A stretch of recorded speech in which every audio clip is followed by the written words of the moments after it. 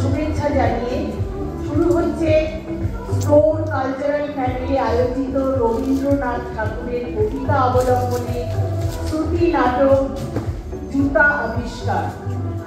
বিভিন্ন চরিত্রে কণ্ঠদান করবেন বকুচন্দ্র, রণদীপ গাঙ্গুলি, বকুচন্দ্র শঙ্কর দে, টেকচাঁদ মনোদীপ জানা, আহুচাঁদ সৌদীপ চক্রবর্তী, ভগ্নচাঁদ শুভদীপ মালিক, খাই খাই অভিষেক মৈত্র, কায়াচাঁদ ও ভৃগুচাঁদের দ্বৈত চরিত্রে মনোজ চন্দ, সরেশপালা নন্দিনী গুপ্ত, রোজা প্রীতিকণা মল্লিক, পরিচালনা ও আবহ সঙ্গীতে তীর্থঙ্কর ঘোষ।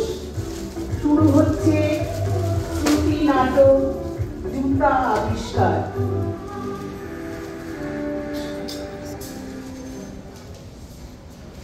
মহামহোপাধ্যায় রাজরাজেশ্বর অবনীপতি ধরণীপতি শ্রীযুক্ত শ্রীমান শ্রী শ্রী হবিচন্দ্র রায় সভাগৃহে পদার্পণ করছেন।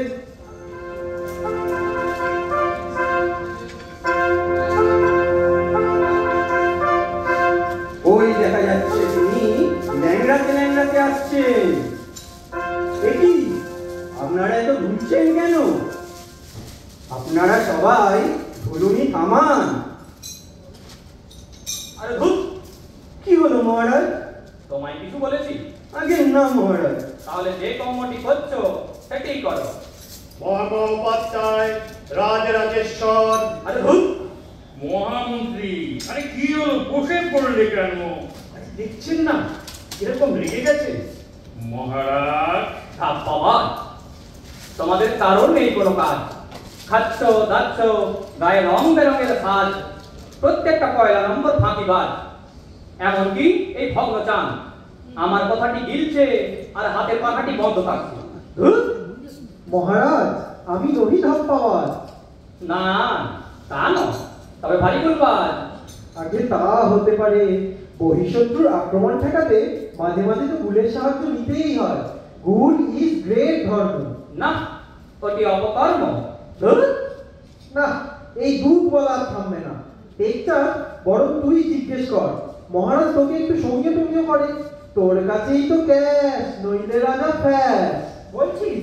হ্যাঁ ভাই। দেখি চেষ্টা করে। মহামহাধিরাজ শ্রীযুক্ত জিজ্ঞেশ্বর। ক্যাশে কি হয়েছে? কোনো গড়বড়? আগে সে যে মানে দেশ এবং ক্যাশ, এদের তো অঙ্গাঙ্গি সম্বন্ধ। চলে গড়গড়িয়ে। দেখো, আবার গড়াগড়ি যেও না। এখন বলো, কি বলতে চাও? মহারাজ, না, সত্যিই এর কোনো নেই কাজ। আছে মহারাজ। দেশব্যাপী বড়ই ব্যাকুলতা, প্রজারা বড়ই উদ্বিগ্ন। কেন কেন? এসে পর্যন্ত দেখছি মহারাজ বড়ই বিচলিত, বড়ই বিমর্ষ, মুখে নাই কোনো হর্ষ। কারণ জানালে প্রতিকারের ব্যবস্থা হইবে উৎকৃষ্ট। বলিব? নিশ্চয়ই। আরে ধুর, তোমরা সকলেই এক একটা খ্যাঁড়। আচ্ছা বহুজান, আমি চাই তোমার বচন হইতে সরল। আজ্ঞা হইল। কাল আমি ভেবেছি সারা রাত্র। আপনি তো দিবসকেই রজনী ভাবেন। তোমার মস্ত কোনটি দিন আর কোনটি রাত আমি জানি। ওহে বহুজান, বলিতেছি তোমায়, তুমি তো পালের বোদা, যদিও বুদ্ধিতে বোদা, তবুও শোনো মন দিয়ে। কাল আমি ভেবেছি সারা রাত্র, মলিন ধুলা লাগিবে কেন পায়ে, ধরণী মাঝে চরণ ফেলা মাত্র। তাহলে কিসের আমি ধরণীপতি? যদি আপনার অভিযোগের সারাংশ উদ্ধৃত করে, তাহলে মলিন ধুলা লাগিবে কেন পায়ে, ধরণী মাঝে চরণ ফেলা মাত্র। খুব অন্যায়, খুব অন্যায়। চুপ বেয়াদব! রাজন্যে প্রতিপালিত সবাই দিন রাত্রি লেগে আছে খাই খাই। এত দিন কোচর ভর্তি করে মাইনা, কই তখন তো বলতে পারো না বিনা পরিশ্রমে মাহিনা চাই না। এই যে বহুচান। রাজা রাজচন্দ্র। দাও মনে প্রথমে উত্তর। কেন তোমরা বেতন লইবে বাটি, রাজার কাছে নেই কোনো দৃষ্টি? একই কোন মহারাজ, আমরা কর্মে দি ফাঁকি। হ্যাঁ, মাঝে মাঝে কিছু দিবালিকরা ওই অভি হচ্ছে স্বাস্থ্যমন্ত্রী কায়াচাঁদের অধীত বিদ্যা। কোন কথা শুনিতে নাহি যাই, মন দিয়া করা অভিনিবেশ, যেন হবিচন্দ্র রায়ের ইহাই আদেশ। দেশের মাটি আমার মাটি, থাকার কথা চরণ চাপে। কিন্তু এসব কিও না সৃষ্টি, হারিয়ে গেছে নাকি কৃষ্টি? অবিলম্বে করিবে প্রতিকার, বলিতে যেন না হয় বারবার।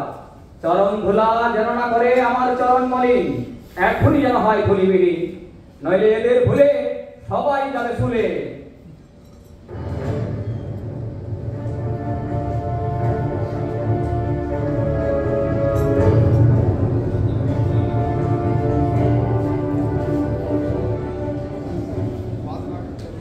হ্যাঁ গো, ও গো, কি গো, কি কি কি বলতে চাইছিল? অমন করে বলছো কেন না? গতকাল রাজসভা থেকে ফেরার পর একটা কথাও বলনি। অন্যদিন রাজভাড়ার থেকে কত কি অপহরণ করে নিয়ে আসো, রাজভোগ, মহলভোগ, সীতাভোগ, তারপর লাড্ডু। আসবে কাট্টু। হ্যাঁ, এসব কি বলছো তুমি? তুমি হচ্ছ দেশের মহামন্ত্রী, তুমি খাবে লাড্ডু? হ্যাঁ গা, সত্যি করে বলো না, রাজসভায় কোনো গন্ডগোল টন্ডগোল